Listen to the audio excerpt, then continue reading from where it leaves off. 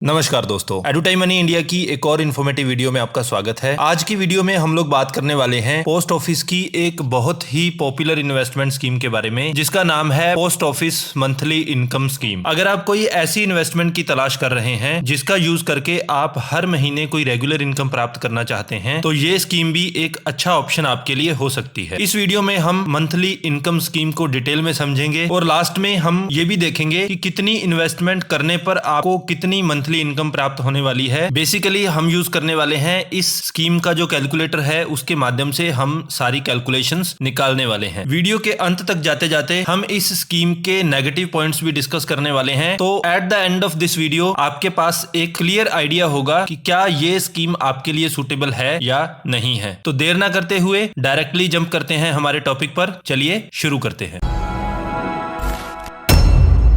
सबसे पहली चीज, जैसा कि नाम से ही पता चलता है, post office monthly income scheme. ये स्कीम में अगर आप इन्वेस्ट करना चाहते हैं तो आपके पास एक ही माध्यम है, आपको पोस्ट ऑफिस में इसकी इन्वेस्टमेंट करनी होती है। रेट ऑफ इंटरेस्ट की अगर हम बात करें तो वर्तमान में 7.4% इंटरेस्ट आपको इस स्कीम के अंडर ऑफर किया जा रहा है। इस स्कीम में मिनिमम और मैक्सिमम इन्वेस्टमेंट जो है उस पर भी कुछ लिमिटेशंस लगाई गई हैं, जैसे कि यहाँ पर आप मिनिमम 1000 रुपए इन्वेस्ट कर सकते हैं और उसके बाद 1000 के मल्टीपल में ही उसके आगे की इन्वेस्टमेंट्स आप कर सकते हैं। हालांकि मैक्सिमम जो सीलिंग है वो यहाँ पर है 9 लाख रुपए, अगर आप इंडिविजुअल कैपेसिटी में इस अकाउंट को खुलवा रहे हैं। लेकिन अगर आप किसी और के साथ, अपनी स्पाउस के साथ, किसी और फैमिली मेंबर के साथ इसको ज्वाइंट में खुलवा रहे हैं, तो ज्वाइंट अकाउंट के केस में आप पर जो मैक्सिमम सीलिंग है वो 15 लाख रुपए लगती है। तो कोई भी इंडिविजुअल जो है वो अपनी इंडिविजुअल कैपेसिटी में सिर्फ 9 लाख रुपए इन्वेस्ट कर सकता है। सपोज उसने कोई ज्वाइंट अकाउंट भी खुलवा रखा है जहां पर 5 लाख की इन्वेस्टमेंट कर रखी है, तो ये माना जाएगा कि अगर 2 लोगों का जॉइंट अकाउंट है तो आधी इन्वेस्टमेंट इस इन्वेस्टर की मानी जाएगी, तो 2.5 लाख रुपए इस इन्वेस्टर की उसमें इन्वेस्टमेंट मानी जाएगी जॉइंट अकाउंट में। तो 9 लाख में से वो 2.5 लाख की लिमिट कम हो जाएगी। अगर ये इंडिविजुअल कैपेसिटी में बाद में भी इन्वेस्टमेंट करना चाहता है तो वो 2.5 लाख रुपए की लिमिट माइनस करने के बाद ही बची हुई लिमिट के साथ वो इन्वेस्टमेंट कर सकता है। तो ओवरऑल 9 लाख से ज्यादा इन्वेस्टमेंट किसी भी इंडिविजुअल की नहीं हो सकती है इस स्कीम में। अब ये वाला जो अकाउंट है इसको ओपन कौन कौन कर सकता है? कोई भी सिंगल अडल्ट जो है वो इस अकाउंट को ओपन कर सकता है। जॉइंटली भी इस अकाउंट को खुलवाया जा सकता है। अप टू 3 अडल्ट्स मिलकर जॉइंट अकाउंट खुलवा सकते हैं। इसके अलावा माइनर का भी अकाउंट खोला जा सकता है, लेकिन माइनर का अकाउंट जो है उसके गार्जियन, चाहे वो लीगल गार्जियन हो या नेचुरल गार्जियन हो, वही खोलते हैं। सिर्फ माइनर के बिहाफ पे वो इस अकाउंट को ऑपरेट कर सकते हैं। कोई भी माइनर जिसकी एज 10 साल या उससे ज्यादा है तो उस केस में उसको अपने गार्जियन के साथ जॉइंट अकाउंट खुलवाने की आवश्यकता नहीं है। 10 साल से बड़ा कोई माइनर है तो वो खुद के नाम पे भी इस अकाउंट को खुलवा सकता है। डिपॉजिट लिमिट्स की अगर हम बात करें तो इस अकाउंट में मिनिमम 1000 रुपए इन्वेस्ट किया जा सकता है, उसके बाद 1000 के मल्टीपल में ही इन्वेस्टमेंट्स की जा सकती हैं। मैक्सिमम एक इंडिविजुअल 9 लाख रुपए इन्वेस्ट कर सकता है और जॉइंट अकाउंट अगर वो खुलवा रहा है तो उस केस में वो 15 लाख रुपए इन्वेस्टमेंट कर सकता है। जब भी जॉइंट अकाउंट खोला जाएगा तो उस केस में सारे जॉइंट अकाउंट होल्डर का इक्वल शेयर यहाँ पर मान के चला जाएगा। तो नंबर ऑफ अकाउंट्स पर कोई भी रिस्ट्रिक्शन नहीं है यहाँ पर, लेकिन जो डिपोजिटर जो है उसका टोटल जो है इंडिविजुअल कैपेसिटी में 9 लाख से ज्यादा की इन्वेस्टमेंट नहीं हो सकती है। लेकिन अगर माइनर के नाम पर अकाउंट खुलवाया गया है तो उस माइनर की लिमिट जो है वो अलग से कैलकुलेट की जाती है। अब यहाँ पर इस अकाउंट में इंटरेस्ट पेमेंट जो है वो मंथली की जाती है। अकाउंट ओपनिंग से 1 महीना जब पूरा होगा तो उस समय आपकी पेमेंट की जाती है और ये इंटरेस्ट की पेमेंट इस अकाउंट की मेच्योरिटी तक लगातार होती रहती है। अगर किसी वजह से इस इंटरेस्ट पेमेंट को कस्टमर नहीं ले पाता है तो उस केस में यहाँ पर जो इंटरेस्ट इनकम अर्न होने वाली है उस पर आगे आपको कोई भी इंटरेस्ट नहीं मिलने वाला है। तो बेसिकली कंपाउंडिंग का इफेक्ट आपको यहाँ पर नहीं मिलने वाला है। आपको ये इंटरेस्ट एक्सेप्ट करना है। आप इसको अपने डिपॉजिट अकाउंट में ले सकते हैं और वहां से आप अपने अकॉर्डिंग इसको यूटिलाइज कर सकते हैं, या फर्दर कोई इन्वेस्टमेंट करना चाहते हैं तो वो भी आप कर सकते हैं। अगर किसी एरर की वजह से, कोई सिस्टम एरर की वजह से अगर किसी डिपॉजिटर जो है उसकी लिमिट से ज्यादा की इन्वेस्टमेंट हो जाती है, यानी कि 9 लाख से ज्यादा की अगर इन्वेस्टमेंट हो जाती है, तो उस केस में वहां पर जो 9 लाख से ऊपर की अमाउंट होगी उस पर सेविंग अकाउंट का जो इंटरेस्ट है वो आपको मिलने वाला है। पोस्ट ऑफिस सेविंग अकाउंट की अगर हम बात करें तो पोस्ट ऑफिस सेविंग अकाउंट में आपको 4% इंटरेस्ट रेट ऑफर किया जाता है। ये इंटरेस्ट की पेमेंट जो है आप अपने डिपॉजिट अकाउंट में ले सकते हैं। ये डिपॉजिट अकाउंट आपका पोस्ट ऑफिस में भी हो सकता है या किसी और बैंक में भी इसको लेना चाहें तो उस केस में आप ले सकते हैं। टैक्स की बात करें तो यहाँ पर जो भी इंटरेस्ट इनकम आप अर्न करने वाले हैं वो पूरी तरह से टैक्सेबल होने वाली है टैक्स स्लैब्स के अकॉर्डिंग। अगर आप 0% टैक्स स्लैब में आते हैं, आपकी इनकम टैक्सेबल नहीं है, तो यहाँ पर ये इंटरेस्ट इनकम भी नॉन टैक्सेबल होने वाली है। लेकिन अगर आप 20% या 30% वाली टैक्स स्लैब में आते हैं तो उस केस में आप पर हैवी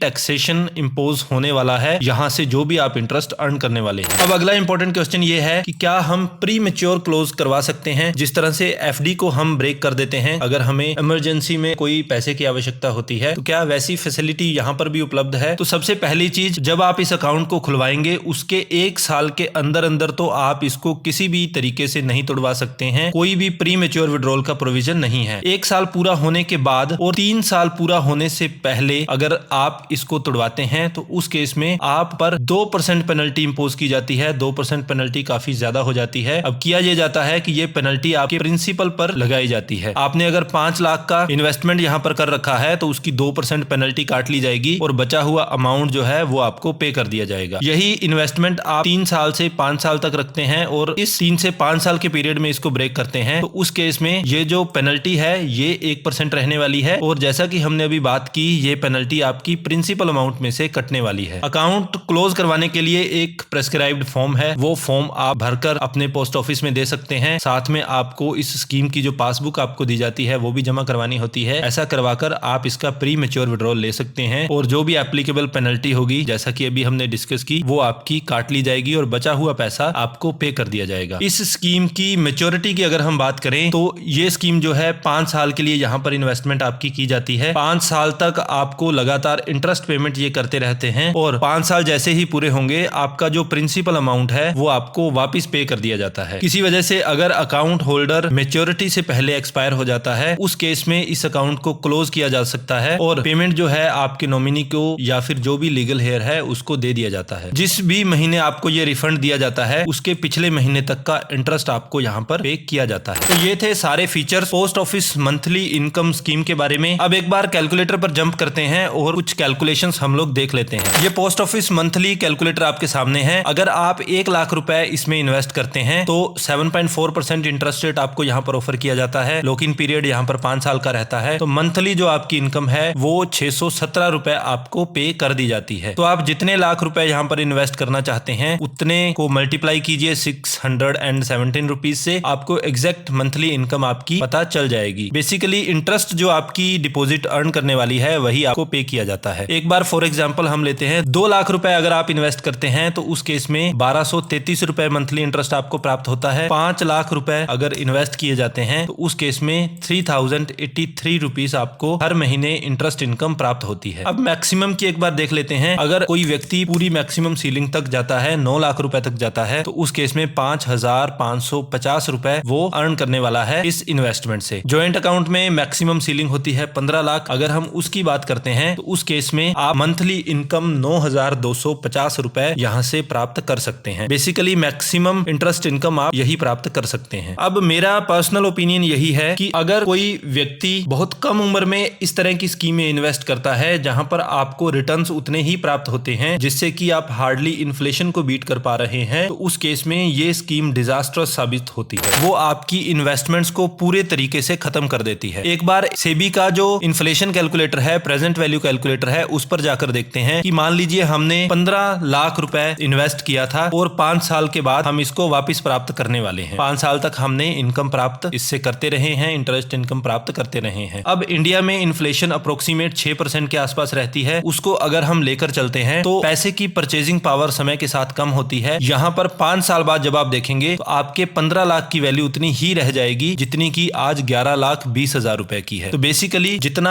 आप इंटरेस्ट इनकम यहाँ से अर्न कर रहे हैं उतने आपके पैसे की परचेजिंग पावर भी लगातार कम होती जा रही है। 15 लाख की वैल्यू आज से 5 साल बाद उतनी नहीं रहेगी जितनी की आज है। अब एज प्रोफाइल के हिसाब से अलग अलग लोगों के लिए अलग अलग इन्वेस्टमेंट स्ट्रेटजीज होती हैं। अगर कोई व्यक्ति बहुत कम एज में है तो उस केस में उसको इन्वेस्ट करने के लिए चूज करनी चाहिए स्टॉक मार्केट में, उसको थोड़ा इन्वेस्ट करना चाहिए। वो थोड़ा रिस्कियर इन्वेस्टमेंट्स की तरफ जा सकता है जहां पर थोड़ा रिस्क लेकर वो लॉन्ग टर्म में ज्यादा रिटर्न्स प्राप्त कर सकता है। वहीं अगर कोई सीनियर सिटीजन है, 60, 65, 70, 75 साल की एज तक कोई पहुंच चुका है, तो उस केस में हम उसे ये नहीं कह सकते आप स्टॉक मार्केट में इन्वेस्ट कर दीजिए जहां पर लॉन्ग टर्म में आपको अच्छे रिटर्न्स मिलेंगे। इस एज में आकर कैपिटल प्रिजर्व करना सबसे बड़ी चीज होती है। तो अगर आप एक सीनियर सिटीजन हैं या फिर आपको कैपिटल बहुत शॉर्ट पीरियड के लिए चाहिए तो उस केस में आप ऐसी स्कीम में इन्वेस्टमेंट्स कर सकते हैं। और दूसरा फैक्टर यह है कि अगर आप सीनियर सिटीजन भी हैं तो उस केस में ऐसी ही स्कीम आप फिक्स डिपॉजिट्स में भी चूज कर सकते हैं। सारे बैंक टीडीआर ऑफर करते हैं। टीडीआर में आपको मंथली इंटरेस्ट पेमेंट कर दी जाती है और लगभग इंडिया में सारे बैंक आज की डेट में सीनियर सिटीजन को 8% के आसपास रिटर्न्स ऑफर करते रहते हैं। और वहां पर जब आप प्री मैच्योर विड्रॉल भी लेते हैं तो उस केस में पेनल्टीज भी आप पर कम लगाई जाती है। लॉक इन पीरियड भी कोई नहीं रहता है। बहुत अर्जेंट सिचुएशंस में आप अपने पैसे पर लोन भी ले सकते हैं। फिक्स डिपॉजिट आपको तोड़वाने की भी आवश्यकता नहीं होती। तो फिक्स डिपॉजिट एक दूसरा ऑप्शन हो सकता है जो कि यूज किया जा सकता है इस स्कीम के अल्टरनेटिव के रूप में। आपका इसके बारे में क्या ओपिनियन है जरूर लिखिएगा कमेंट बॉक्स में। आई होप आज की ये वीडियो